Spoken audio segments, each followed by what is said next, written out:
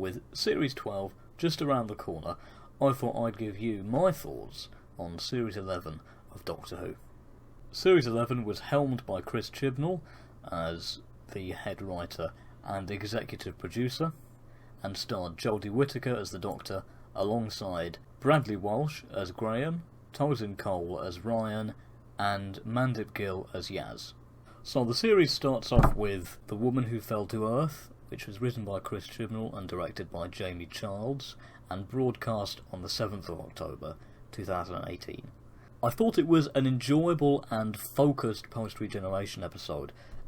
Whilst the plot was fairly basic, I think that was kind of appropriate. It didn't need to be, that complicated. The episode had a lot to do already. I think there were times when the pacing felt a little bit off in the story. For instance, when the group confront the gathering coil, and there's just an establishing shot of the sort of tower it's on, and then the Doctor and Ryan, Graham, Yaz, and Grace.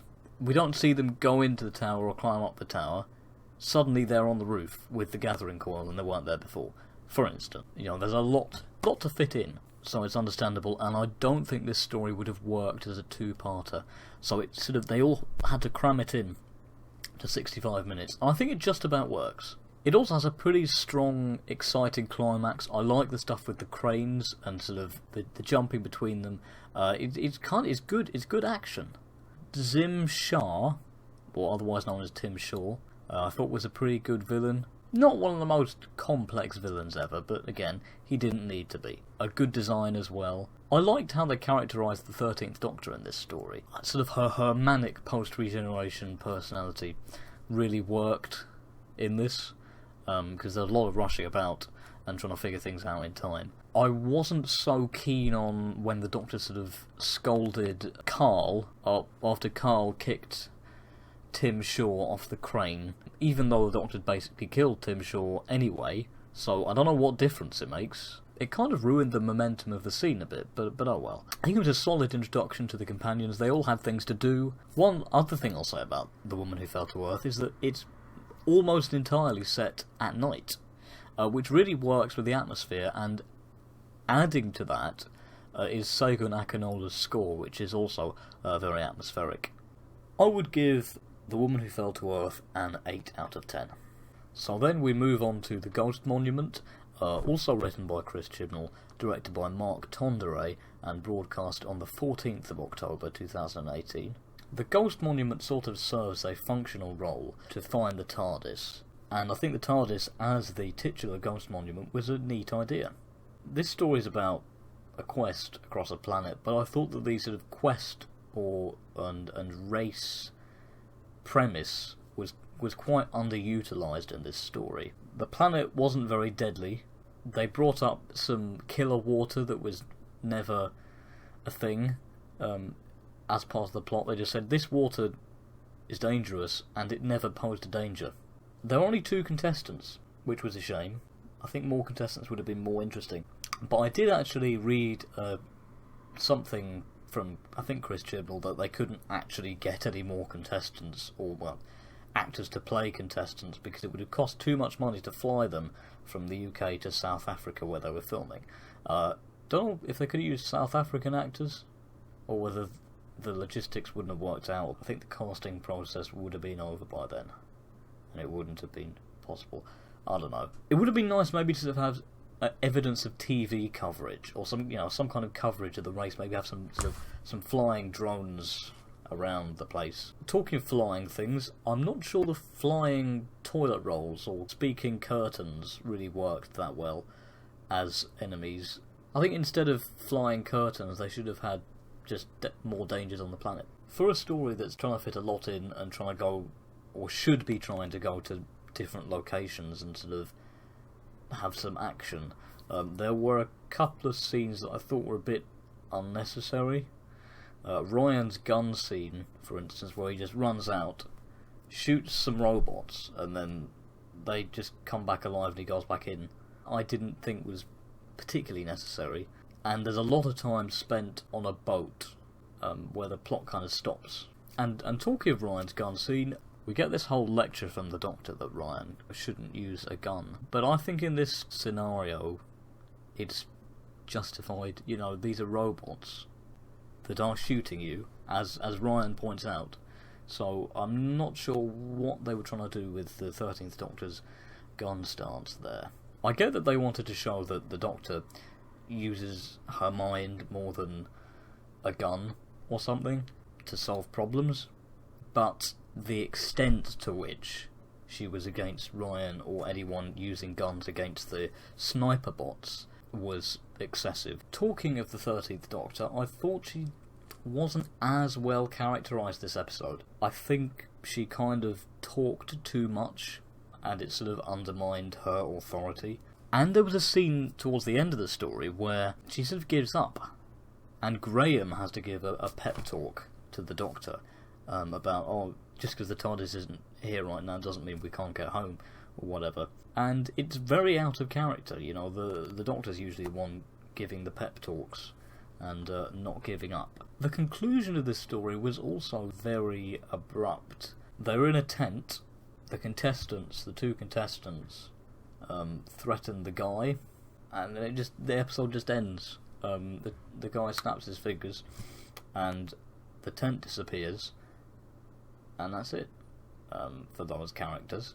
One thing I will say about the Ghost Monument is that it looks great. I thought there was particularly brilliant set design in this episode, although I think there are a couple of times where Mark Tonderay sort of put the camera in a little bit too close. On balance, I'd give the Ghost Monument a 6 out of 10.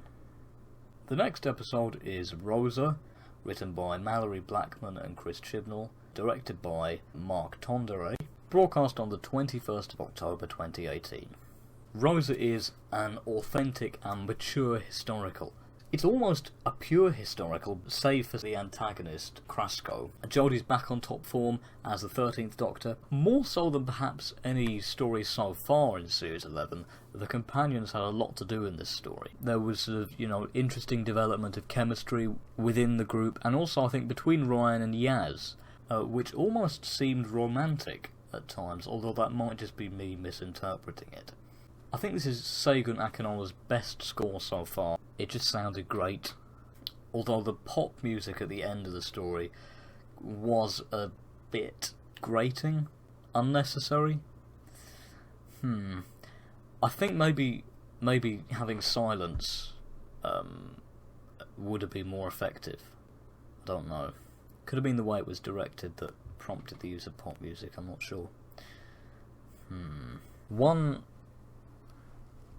sort of highlight of this story was Vinette Robinson as Rosa Parks. I think she did a great job in the role. I wasn't quite sure whether Krasko worked as a villain. He seemed quite one note, although that could have been the point they were trying to make, is that this character, because of his views, isn't particularly complex, which is a fair point. The interesting question is, will Krasko return? Because Ryan goes up and shoots him with the thing that sends him back in time, and he's been sent back a long way. He's not going to like that. He really isn't. Is he going to die? Is he going to nearly die? Is he going to come back for revenge? Who knows? This episode was kind of tense. There were some tense moments when they had to sort of undo what Krasko was meddling around with. I think I'd give Rosa an 8 out of 10. Arachnids in the UK, written by Chris Chibnall, directed by Sally Abrahamian, and broadcast on the 28th of October 2018, offers a brief return to present-day Earth. This episode was actually broadcast quite close to Halloween, so it's interesting they sort of went for the spider theme. Was that intentional to make it a sort of nearly Halloween special with spiders? Maybe. However, I think that the spider premise was underutilised. The spider encounters weren't particularly tense. They also all looked the same, and the actual CGI models for the spiders, at least I personally didn't find them that scary. I think it would have been nice if you had sort of lots of different species of spiders, all bigger, although there is a limited CGI budget, which I do understand. I think the hotel setting was good, but they should have got there earlier. If this had been a bottle episode in a hotel, that would have been amazing. It kind of lost its focus, I think. Another thing I wasn't too keen on this story was the 13th Doctor. Again, I thought she talked too much, and I think her character was just kind of being quirky for the sake of being quirky, which does not equal gravitas. 13th Doctor also had a bit of a strange morality this episode. This big spider was suffocating because it just got too big. And rather than have Jack Robertson shoot it, she'd prefer to let it suffocate. That was her plan. That's rather strange. I think in that situation it's fine to shoot a spider. Also, she did lock a bunch of spiders in a room together to starve to death and eat each other. I did enjoy Jack Robertson as a side character. He added something fun to the episode that I can't quite put my finger on. I think it would be nice to have him back sometime. It was also nice to see Graham dealing with loss in this story, which we didn't really have in the Ghost Monument and in Rosa, because there wasn't really time. But overall, for me, this story was quite mediocre, to be honest. It was more of, I think, a vehicle for characters to get a bit of a break from the action of sort of early Series 11. I think I'd give Arachnids in the UK a 5 out of 10. Next up is the Saranga Conundrum, written by Chris Chibnall and directed by Jennifer Perrott. It was broadcast on the 4th of November 2018. So we're back in space. Some time has passed since Arachnids in the UK. This story really seemed like one that couldn't really settle on a tone. I don't think it could decide whether it wanted to be a sort of tense base under siege or sort of episode which is more light relief. And it had kind of elements of both, and it kind of tried to combine together, and it didn't really work.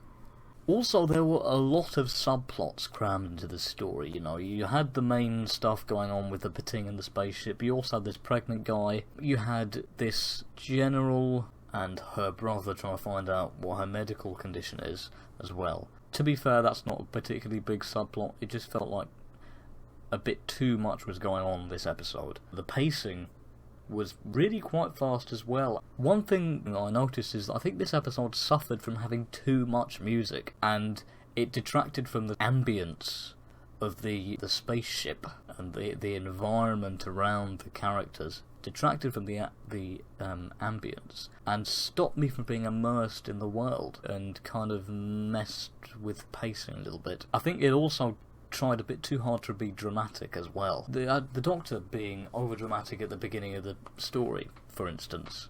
There was also a lot of exposition in this story. The Doctor basically introduced General Cicero for her, explained her background like a Wikipedia page. Another thing, 13th Doctor did not stop talking this episode. There was this strange monologue about antimatter. Explaining it worked fine, but then she went on some kind of sentimental speech about how this antimatter engine was beautiful, and it didn't really land for me. It just kind of felt a bit forced.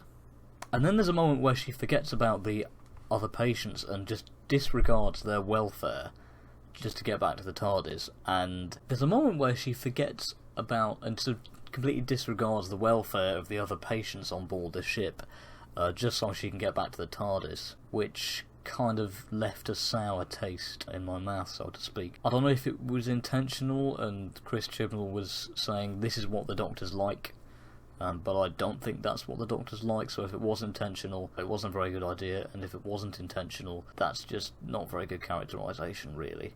The bit where they just remove the bomb from the engine seemed perhaps a bit too convenient. If Rhesus 1 is trying to maintain the safety of the people at the station, they have an interest in not allowing passengers and crew members of the Saranga ships to remove the bombs from the antimatter engines. So why is it just in a drawer you can take out like a CD? That kind of came across as a bit too convenient, but to be fair, if I was writing that episode and I'd written myself into that place, I wouldn't really know what to do either. I thought one thing that was kind of interesting that the episode did was the Pating.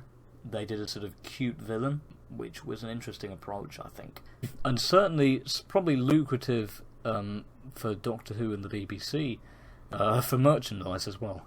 So yeah, overall, I think a bit of a mess, but fairly satisfactory. I'd give it a 5 out of 10. So then we get to Demons of the Punjab, written by Vinay Patel, directed by Jamie Childs, and broadcast on the 11th of November 2018. So this is another almost pure historical, save for the Thijarians, which are your resident aliens. So it is in a similar vein to Rosa. So this story actually came out on Remembrance Sunday, and it dealt with the partition of India, which of course cost many lives. I don't know whether it was intentional, but this story worked really well with the theme of remembrance. It's a very bleak story, and I think appropriately so. It works really well, despite being a single-parter, because it has quite a small, tight focus on one family and the effect that partition has on them. Vinay Patel's original draft for Demons of the Punjab was quite, wider in scope and scale, and presumably dealt with big problems in towns and cities and stuff, and that would have been quite a lot to cram into one episode. I think what you could have done with this story is have a two-parter, where the first part is with the family, and the second part the TARDIS is gone or something, and they have to flee to a city, and we see some sort of the wider conflict there as well. That might have been quite interesting to do. The Thijarians, despite not being entirely necessary, I think, were handled brilliantly. The design work was amazing on these creatures. The idea of the Thijarians watching over those dying alone is just beautiful. And again, worked with the remembrance theme. This episode does get pretty tense towards the end, and that of course works to its credit. Another great thing about this story was the score by Saranga Conundrum. The music just blends perfectly with the environment, and there are also, I think, very heartwarming scenes at the beginning and at the end of the story between Yaz and her grandmother, and it just rounds off a real classic, to be honest. I'm going to give this story a 9 out of 10. So now we move on to KaBlam, which is a bit more of a traditional story, written by Pete McTigg, directed by Jennifer Perrott, and it was broadcast on 18th of November 2018. One of KaBlam's greatest strengths, I think, is its world building. How you've got the big colony world of Kandoka, and then you've got Kandoka's moon, and there's this huge warehouse complex for KaBlam, and I think it's pretty good. The robots, the sort of teammates, I think they're the teammates, they're a really good design. And they are, I mean, I wouldn't say they're creepy, but they're kind of a little bit off-putting, which is perfect, because that's what you want to do with these. I think they could have been creepier. Maybe we could have made them more sinister, or made them, had more scenes that made it look like they were killer robots, and then switch it around. So perhaps a couple of missed opportunities there. A fairly atmospheric score as well by Saranga Conundrum. The story is very much a good example of how to do continuity references without it sort of putting off casual viewers. First at the beginning, and then we got the Unicorn and the Wasp reference, and these are the kind of references that you can get if you're a fan, and if you aren't a fan, the Doctor, or at least the 13th Doctor, drops this kind of information all the time, so you go, oh, that sounds interesting. Oh, they've sure been up to a lot. I really wanted to see more of Lee Mack's character. His character seems pretty cool, and then he just died pretty early on, which was a bit of a shame, to be honest. One thing I will say about KaBlam is that I think it could have worked better if it kind of went with a different storyline. Maybe if it did a murder mystery, or maybe if it focused more on worker exploitation, as has allegedly been happening at places like Amazon and stuff. And it would have been interesting to have a story about that. They didn't really do that, or perhaps it would have been more satisfying to see. I'd give KaBlam a 6 out of 10. The next episode is The Witchfinders, written by Joy Wilkinson, directed by Sally Abrahamian, was broadcast on the 25th of November 2018. So this is more of a traditional pseudo-historical compared to, Rosa and Demons of the Punjab, which were very, very close to the pure historical line. Although I think this story could have worked as a pure historical as well. Very much with this story, it felt like it didn't really know what it was trying to be. What sort of story was The Witchfinders? Was it a bleak depiction of death and hysteria? Or was it a swashbuckling, alien-fighting romp with a comedy King James? They kind of tried to do both. It didn't really work. It didn't fit tonally. Alan Cumming was brilliant as King James, but he seemed like a sort of square peg in a round hole. Also, I thought suffered from too much music and kind of felt a bit too fast-paced. All the scenes seemed very short. One sort of nitpick I do have with this episode that just kept getting to me was that you got this big lake or river, and there are people talking to each other across it. You can't do that. You'd be shouting. The Doctor being mistaken for a witch was, I think, a good idea, but perhaps wasn't as well executed as it could have been. I think this episode would have been quite interesting as a sort of maybe Doctor Light one, if the Doctor gets sort of imprisoned and there's a countdown to the Doctor's execution and the companions have to sort things out. But that, that's probably a bit of a different story there. The scenes between the Doctor and King James were interesting to watch. I think a couple of Jodie Whittaker's best moments of this series were, I think, in those scenes. So that was quite good. Not so much to say about this story, to be honest. Definitely a 6 out of 10. It Takes You Away is the penultimate episode of the series, written by Ed Heim, directed by Jamie Childs, broadcast on the 2nd of December 2018. So It Takes You Away is quite an abstract episode, a bit surreal in places. In that way, I think it's in a similar vein to, the likes of The Mind Robber, Warrior's Gate, Amy's Choice, maybe Extremis, Kinder, Ghostlight, that kind of thing. Turn left? No. So like Demons of the Punjab, this story is quite contained, which works well for the story, works to its strengths. And it very much keeps going in sort of unexpected directions, and it's full of imagination. You've got Earth and the Norwegian setting with the house, and then you've got the Antizone, which is a whole world in itself, and then you've got the Solitract plane. There are a lot of difference of dimensions, both literally and figuratively. Some pretty immersive environments, and a big variety of them as well. And they just create sort of some fantastic imagery. The idea of a sort of mirrored world is really cool, and the way they realised that by sort of flipping the footage in post, I might do that. I may or may not be stuck in the Solitract plane. Please, don't worry. I've got a mirror just there, it's Portal, don't worry about it. The Solitract itself is an intriguing and very sort of out there concept. I'd like to visit the Solitract again. Please, not as a big villain, but as a kind of an ally of some kind to the Doctor. I, for one, liked the frog puppet as the Solitract. Why the hell not? Some people didn't, and to them I'd say, Doctor Who doesn't have to be dark and serious all the time.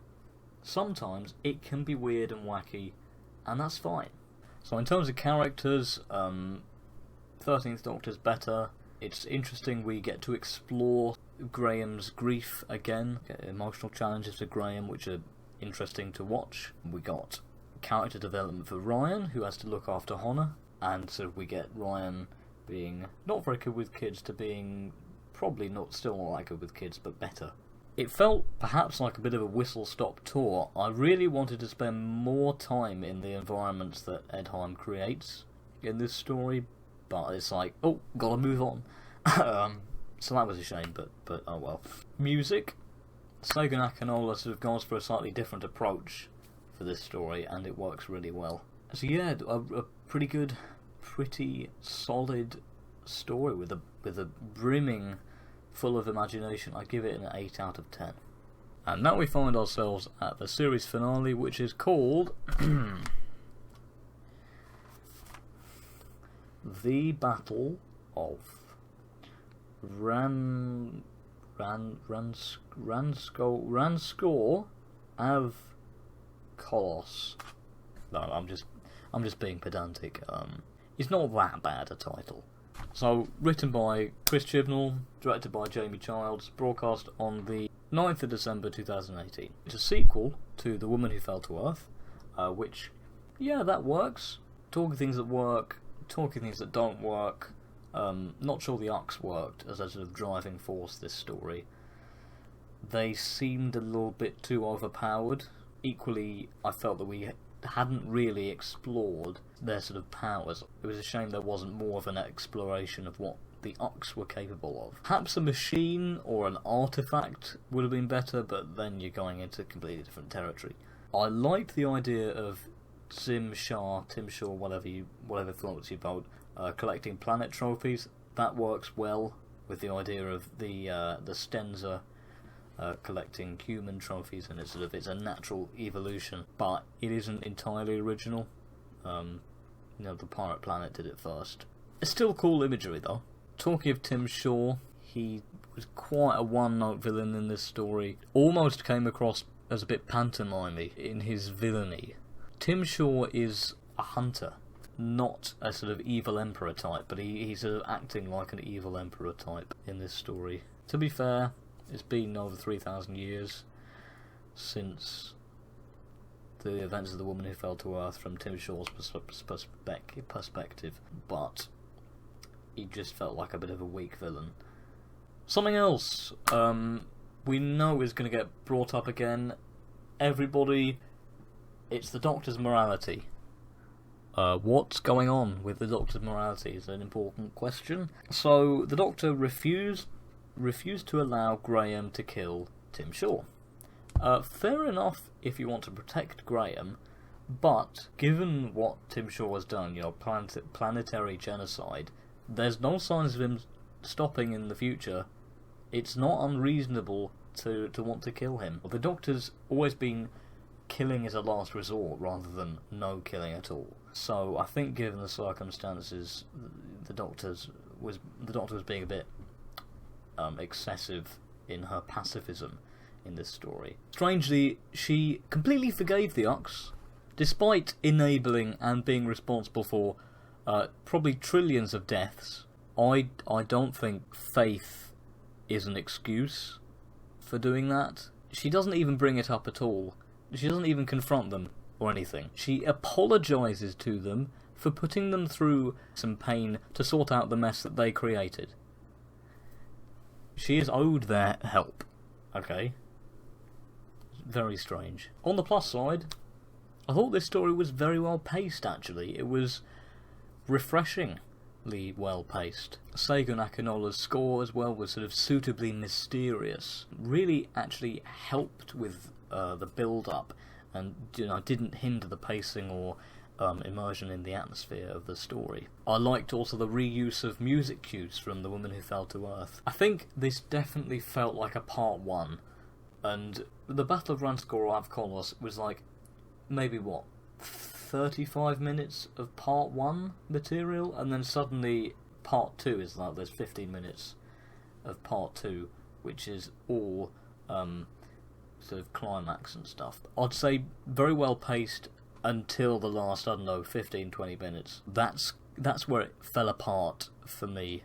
Everything the Doctor and the Ux and Yaz and Graham and Ryan, well, maybe not so much Graham and Ryan, but the other lot, everything they were doing just seemed too easy. They were literally undoing Zim Shah's plans and with no resistance.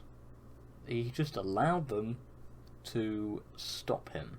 No sniper bots. He literally has an army of them, and none of them come and stop the Doctor. There was also no cost at all to the victory. None of the Ux died either. It looked like one of them had, and then you just go up. The Doctor and Yaz had to remove neural blockers, which were supposedly protecting them from the planet, which was going to affect them psychologically, and the worst effects they got were kind of, a headache. We had a close-up of Yaz looking a bit uncomfortable, and that was it. And then, I mean, talking of Yaz, she felt very surplus to requirements in this story. You know, you had Graham and Ryan doing their bit. There was some good character stuff between them. Graham in this story was actually great fun to watch. The Battle of Ranskorev Kolos, it was enjoyable to watch, but it was a bit of a mess, to be honest. I'm going to give it a 6 out of 10. Series 11 was followed shortly by a special, a New Year's special, called Resolution, written by Chris Chibnall, directed by Wayne Yip, and broadcast, surprise surprise, on the 1st of January 2019. So some consider Resolution part of Series 11, some consider it separate, since it's a special. Chris Chibnall is quoted as saying it's this sort of end of series special. In some sense, it is the end of Series 11 because it ties up a bunch of arcs from Series 11, like, you know, Ryan and his dad, and some other stuff that I can't quite remember at the moment. This story sees, it explores the relationship between Ryan and his dad Aaron, and sees some development in that. And there's some nice dialogue between them, some good moments between Aaron and Graham as well, and it's decent drama. I've heard complaints that the discussion scenes, the dialogue scenes between Ryan and Aaron in the cafe feel out of place and sort of like a break in the action. But I'd say that early on in the story, there's not really that much action. It's just the Doctor's found out that it's a Dalek, and the Dalek's controlling Lynn, and that's it. You know, there isn't that much else happening early on in the story, at least not for the Doctor and her friends. So I'd argue that the dialogue scenes are fine in their position in the episode. So we're introduced to a special type of Dalek called a reconnaissance scout. There's a cool idea of it piloting the humans that's kind of grown on me over time. I suppose you could say it's some creepy imagery. You know, you've got a Dalek attached to your back, and it's got tendrils inside your neck and presumably spine and stuff. Ugh. Imagine feeling that. You wouldn't want to feel Dalek tendrils inside of you. It's to be honest, it's good imagery. Although I'm not entirely sure why Lynn didn't just sort of lean back and squash the Dalek against her chair when she had the opportunity. Maybe the Dalek was stopping her doing that. But to be fair, sitting in a car, you'd think, oh, there's a Dalek on my back, but I'm sitting in a car normally, how come it's not squashed? I thought it was a bit convenient that it secreted a substance which blocked up the holes that it made in people's nervous systems and, you know, their neck and stuff. It kind of seems a bit out of character for it. I mean, obviously the implication is that it's out of the Dalek's control, that it plugs those holes, but keeping things alive past their usefulness doesn't seem very Dalek to me.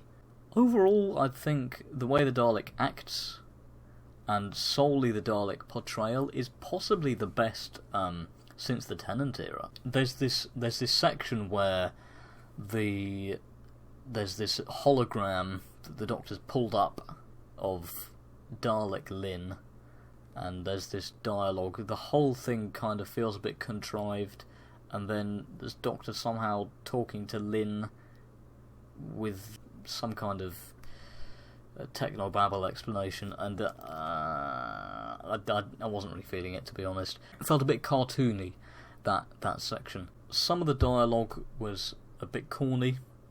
For instance, the bit where the Dalek cackles and says, "You underestimate me, Doctor." And then there was the cringe-worthy skills with a Z line that the Doctor says to the Dalek, which feel like it was plucked straight from 2013. It wasn't even funny then, that kind of thing, and it's more quirkiness just for the sake of being quirkiness, just coming across as cringe. And then there was that sort of Wi-Fi boomer humour joke. That wasn't funny, and that was cringe as well. I also couldn't quite hold my suspension of disbelief that the Dalek could reconstruct itself using scrap metal and spare parts. Maybe scrap metal and spare parts, but scrap metal and spare parts with the resources that it had in that farm, I'm not so sure about. Another thing that was perhaps a little bit controversial about this episode was Unit being gone. But I don't think that was so bad. Firstly, because it gave the Doctor and her friends more of a challenge. And second, perhaps it's part of a wider arc that Chris Chibnall is sorting out. Perhaps. Who knows? We'll find out. Now, although you do have to suspend your disbelief a bit with this story and kind of ignore some of the cornier elements, the Dalek was suitably difficult to defeat. It was a challenge, and that's good. Unlike Battle of Ranskorav Koloth, where Tim Shaw was a bit of a pushover, this Dalek absolutely isn't. They have to melt its casing with a microwave, and then they have to go to a supernova and get the Dalek mutant off Aaron's back. So, difficult stuff. This episode has a pretty strong supporting cast as well. 3 new characters, 3 supporting characters all introduced, and they were all pretty good. And the extra characters as well, the weren't supporting characters, were all pretty cool. They all had their own sort of elements to them which worked. Although there was an opportunity to kill off Aaron, I think it was good that they didn't do that, because that probably wouldn't have worked with the tone of the special, and the fact it's a New Year's special is meant to be sort of celebratory.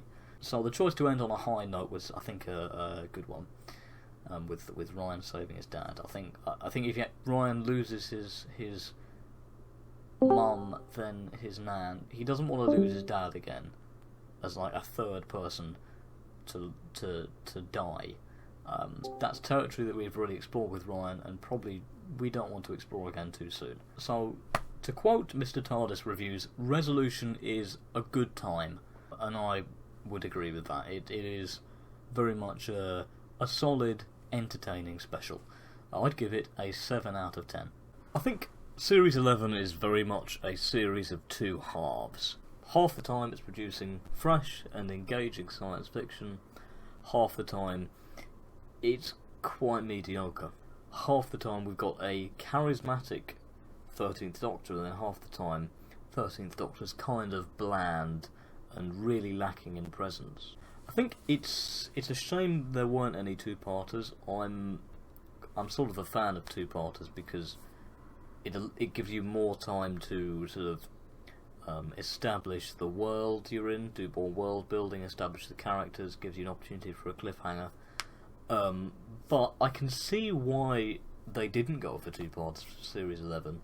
Chris Chibnall chose to do single-part stories, so that, for accessibility reasons, so that you could jump in any week you wanted, and the idea was that you wouldn't be confused. So that's commendable. I think that definitely Series 11 is a good jumping on point. They're all new monsters, no reusing of old enemies, except for the Recon Dalek in Resolution. The idea is that basically they came up with new ideas, which is great.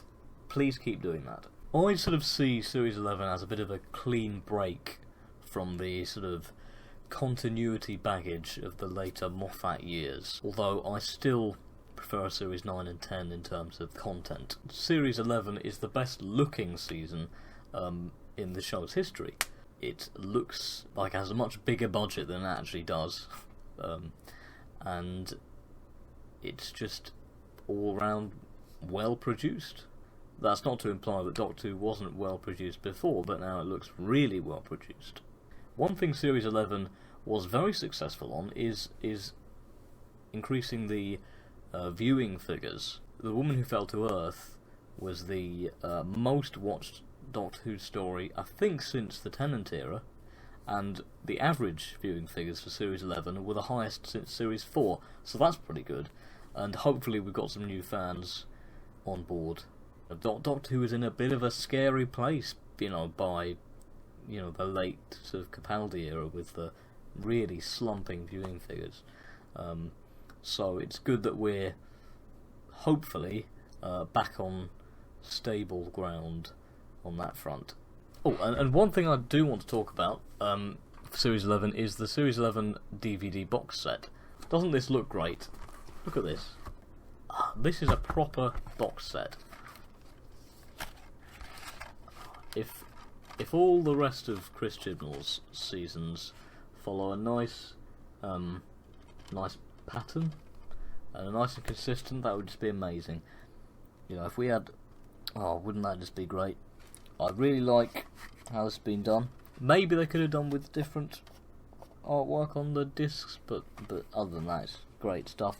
You know, it's got a little booklet as well. Okay, that's not a booklet. Never mind.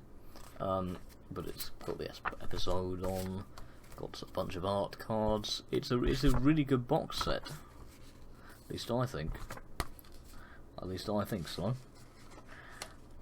And then the outer casing with the sort of cover. I don't know if it works on a camera, but it's one of those where the thing changes. So yeah, a good DVD box set as well. Please keep it up, BBC Studios.